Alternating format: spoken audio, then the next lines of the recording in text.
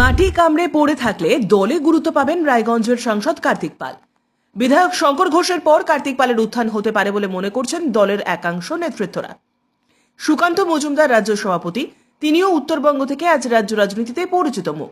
তারপরে আর কোনো নেতাই উত্তরবঙ্গ থেকে রাজ্য রাজনীতিতে উঠে আসতে পারেননি। আলিপুরদুয়ারের সাংসদ মনোজ টিগ্গা একজন অভিজ্ঞ রাজনীতিবিদ, বর্তমানে তিনি বিজেপির সাংসদ, কিন্তু উত্তরবঙ্গে বাঙালিদের মুখ হয়ে উঠতে পারেননি এখনো। অন্যদিকে কোচবিহারে নিশীথ প্রামাণিক আশা জাগিয়েও পরাজিত হয়েছেন।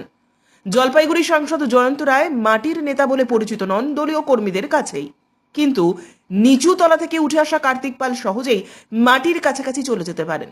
ছিলেন কাউন্সিলর, তাই মাটির কাছাকাছি রাজনীতি তিনি সহজেই বুঝতে পারেন।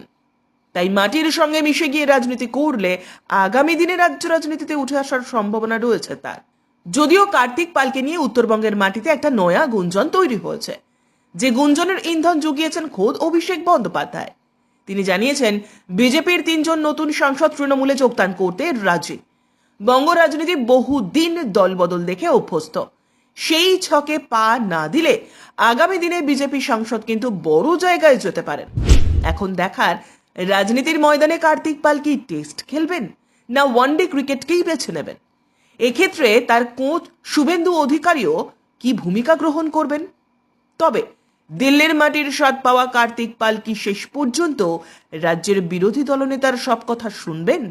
প্রশ্ন রয়েছে রাজনৈতিক মহলেও। ব্যুরো রিপোর্ট, উত্তরের প্রহরী।